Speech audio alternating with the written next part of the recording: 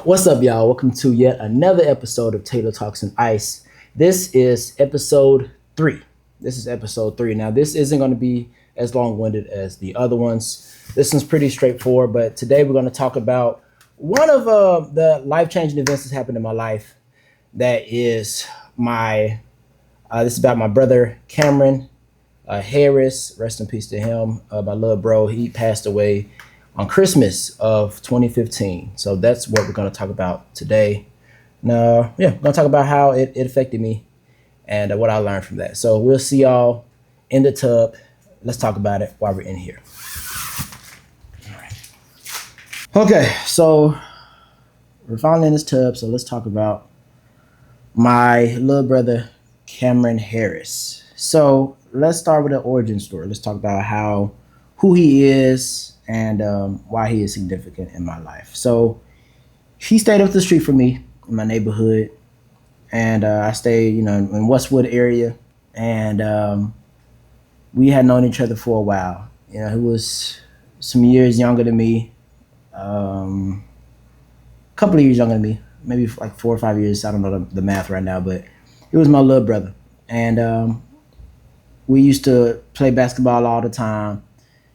For those of y'all, I'm pretty sure y'all remember, y'all used to be in the neighborhood, y'all hooping all the time, just outside all day until the street lights come on. Then you have to go back inside.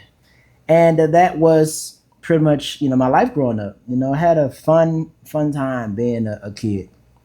And the more I got to be outside, the more I was getting more acquainted with my neighbors and just kids in the neighborhood. We ride our bike together. We just go to the candy lady together. We just do everything together.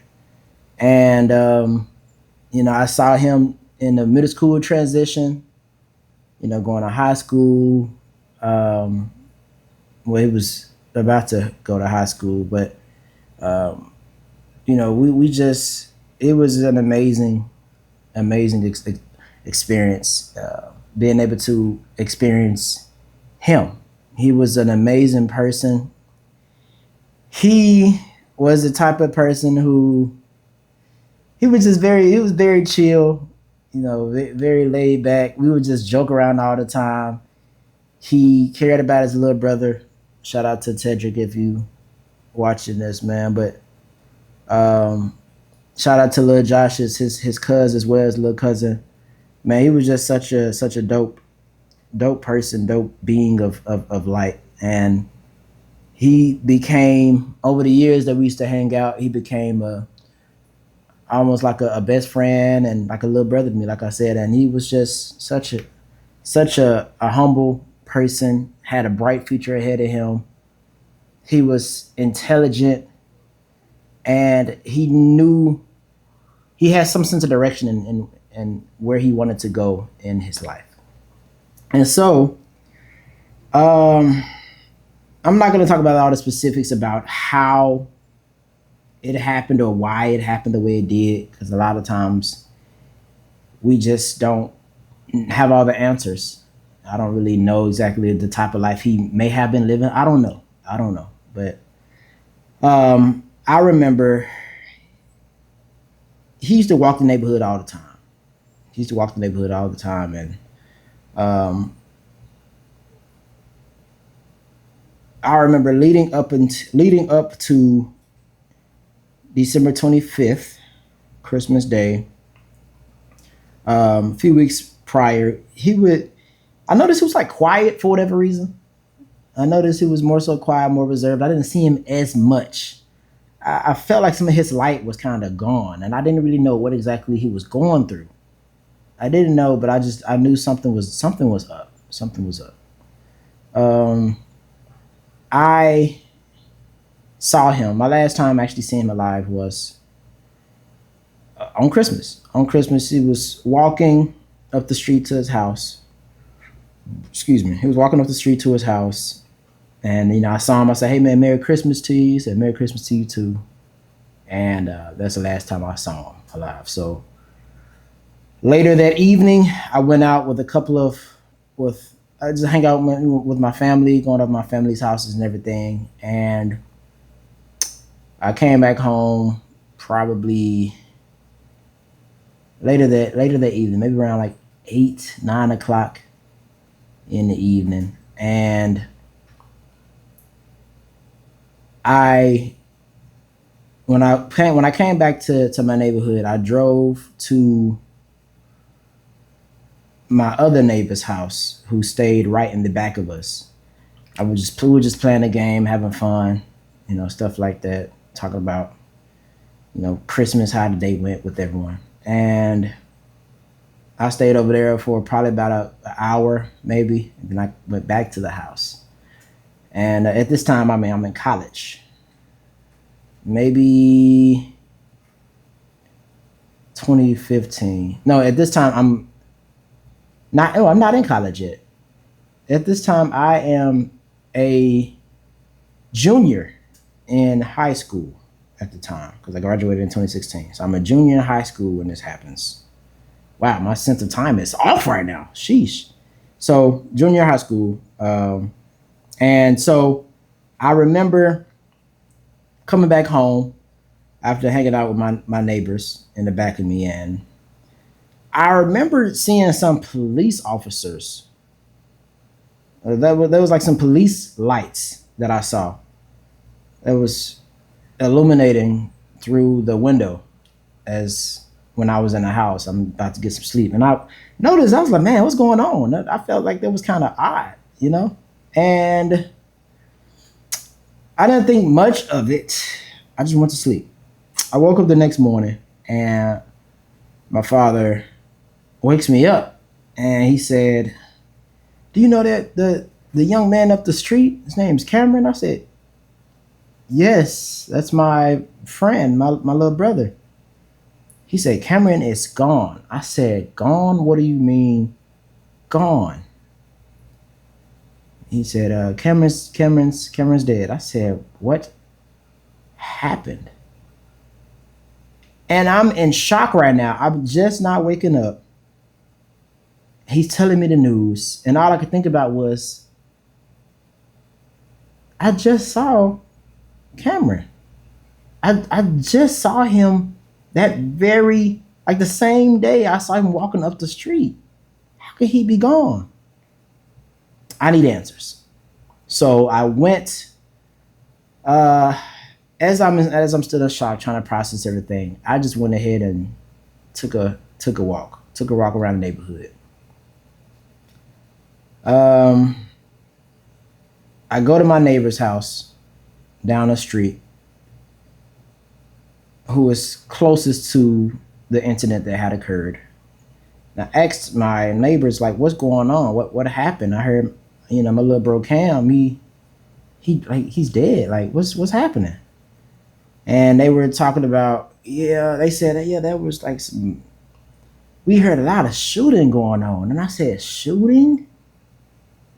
They said, yeah, we found some bullet casings outside the house, and I think I saw caution tape, next to the incident, and I'm just like, this doesn't sound like him. He got shot. Like, what's happening? So I went to his grandmother's house, and his grandmother, she was crying, and his mom was crying, and they were telling me what was going on. And his mom told me, I told him, I was trying to check in with him, make sure he was good and everything like that. And she was just distraught, and she's equally as in shock as I am, if not more. And she told me that, yeah, he's gone. Like, he was the victim of a drive-by shooting, which still didn't seem right to me, because I'm like, a drive-by shooting? Cameron? I don't know. It didn't sit right with me. But he was a victim of a drive-by shooting, and from what I was told, he was walking to the house on Christmas evening. Walking to the house, that's when he got caught, and he He yeah, he just got caught by by the gunman, and it was just a crazy scene, and I just could not believe the news. And all I could think about was the conversations that me and him had weeks prior. One of the most impactful, memorable conversations I had with him was a few weeks before he had passed away. He was telling me, "Yeah, man, I'm about to go to high school. At this time, I'm going to my junior. I'm going into my senior year actually, and he's about to become a freshman in high school. And he was talking to me about, like, hey man, like, you know what? I want to do this. You know, maybe like football, basketball. I want to play some sports and everything like that. But at the same time, I just feel like something is greater in my life that I'm called to do. And you know, this is my first time in high school, and I want to make sure I just make this an impactful year, and I want to start the year off right. So, are there any suggestions you would give me going into my freshman year?" And I remember talking to him, and you know, I was telling him like, "Yeah, man, you know, I just want to look out for this. I don't remember the details of the conversation, but I was just giving him advice as a person who is transitioning from middle school to high school. Like he was just had a promising had a promising life. Um, and that's all I can remember. Like I remember another time where me and him used to. I took him and his little brother Tedrick out. We went to China Inn. For all my people that stays in Memphis, y'all know where China Inn is. That was on Elvis Presley Boulevard, and it was a popping spot we used to go to all the time. And so I took them out. I remember us having a fun time. They were, you know, I mean, we were all kids. They were a little younger than me, so I remember them just acting a fool, and I'm just telling them like, "Hey, y'all need to shut up." You know, we just cracking it up, having a good time. And so that's another memory that I had of having him and his little brother and um, his little cousin, little Josh at the time as well. He's just him being such a young kid, and um, I remember we used to just all spend time at his house together. Sometimes play the game, sometimes talk, and I didn't realize just how little time we had left to spend together. He was my little brother, and I loved him. I loved him, and it was tough. I had dealt with death before, so I feel like I was used to it. I had seen people, you know, I've seen my mom, you know, die in front of me, and I was used to that. Um, and I think I just kind of gotten used to death, if that makes sense. And it didn't affect me. I thought didn't affect me as much, but it did. It did. You never really get used to death. It still shocks you every single time it happens. But that hit different with my little brothers because I had no answers as to why it happened. Some people say it was gang affiliated. Some people, a lot of people said it was gang affiliated. Actually, some people said that he was the wrong person. He was the wrong victim. I don't know how. I don't know why it happened. I don't. But I just know he's gone. He's no longer here no more, and he is survived by his friends and family that love him the most. Now I'm just talking and describing how that moment was for me. It felt like a movie. When I was told what happened to him, this may sound cliche, but it's very, very true. It felt like the world had gone silent. We wasn't used to much crime or death happening in our neighborhood, but his was like the first death that I can think of that happened in the neighborhood, and things were never the same. Things were never the same. We used to play basketball all the time, all the friends around the neighborhood and everything. And Kai, Rashad, some more people. Like we just, yeah, we used to hoop all the time. And after he passed away, from my perspective and my experience, like we kind of stopped hanging out a little bit. All of us, we stopped hooping. I think we hooped maybe a couple of times, but it just wasn't the same. That experience changed me a lot. And if I'm silent for a while, this may just be, it's because I'm processing everything right now. It's almost like I'm reliving the experience. So I'm just trying to gather my thoughts. But things were never the same. And I just remember there being just complete silence from the neighborhood for a while. At Cameron's funeral, I was his pallbearer. I think one of his honorary pallbearers. So I carried his casket. That meant a lot to me. But it took me a long time to really deal with that trauma and deal with that moment. And one thing that experience taught me that had already learned, but it was instilled more into me. I realized that, man, look, life is unfair.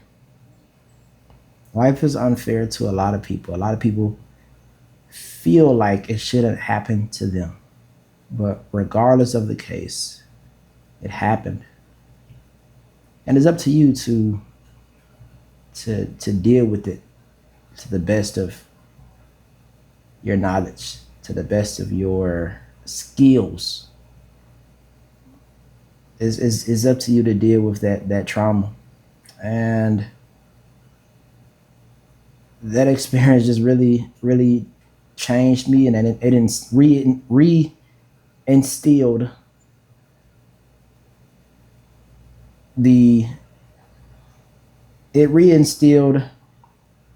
in me that you really got to enjoy the moments with those people that you love as much as possible. First episode, when I talked about my mom, that experience showed me that I needed to, really be with my loved ones and just cherish the moments and being present with them. And the experience with Cameron, that showed me the same thing. And I mostly decided to make this video in honor of him and in honor of everyone out there who has lost someone near and dear to them. I always told myself I wanted to tell my story the way that I want to tell it. And I know for a fact that Cameron Harris is in my story. He's in those chapters of my life. He is one of those influential people that changed me. The life that he lived, the youth that he had, the mindset that he had, the energy that he shared. It was infectious. And he was just such a bright person. And he showed me how to be a bright person as well, and how to deal with whatever I'm dealing with and take it on the chin. And no matter what, just smile through it. It's gonna be okay. It's all temporary at the end of the day. And I just want to say that I love you. I love you, cameraman.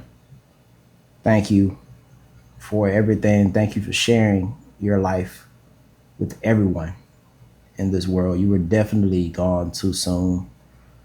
I realized that we're not gonna have the answers for everything. It's not our job to have the answers for everything. I'm probably never gonna have the answers as to why he died, as to why it happened. All I know is that it happened, and a lot of times you just gotta that has to be enough. As much as you don't want it to be enough, it has to be enough. So this video is in memory of him. And I'm very, very appreciative of the life that I'm living, because the life that I live is mainly due to the life that it is mainly due to his essence that he shared with me. And that's why I'm able to do what I'm able to do.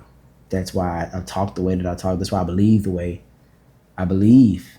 And I think the way I think. It's because of him. And I want you to know, Cameron, if you are listening to this, wherever you are, you know, if you're around me right now, mainly if you're my heart, I know you're my heart. So hear this when I say, you my little brother for life, man. You my brother for life. Truly appreciate you for everything. And just thank you for always being you. And thank you for making me as courageous as I am today.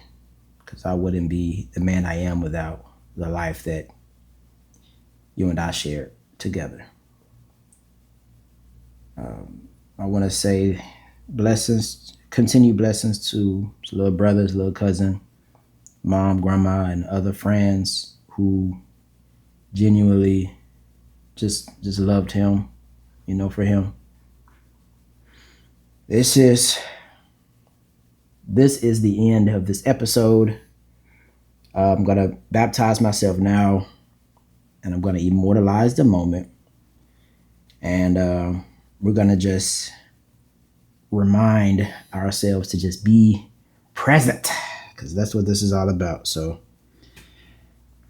I'm no longer going to,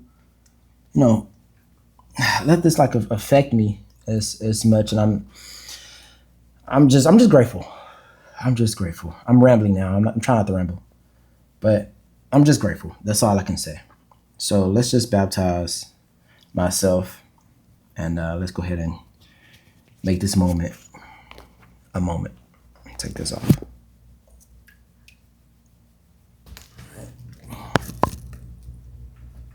Let's do it.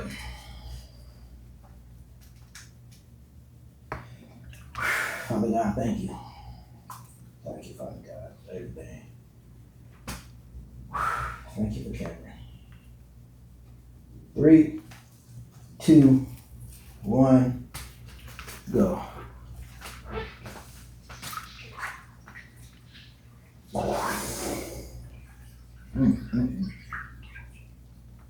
Whew, Lord have mercy.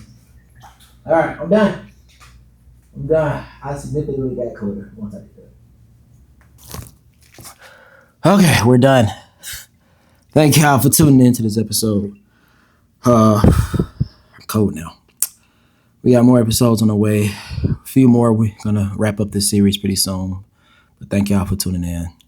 Taylor Talks on Ice. We'll see y'all in the next one. We out. Love y'all. Peace.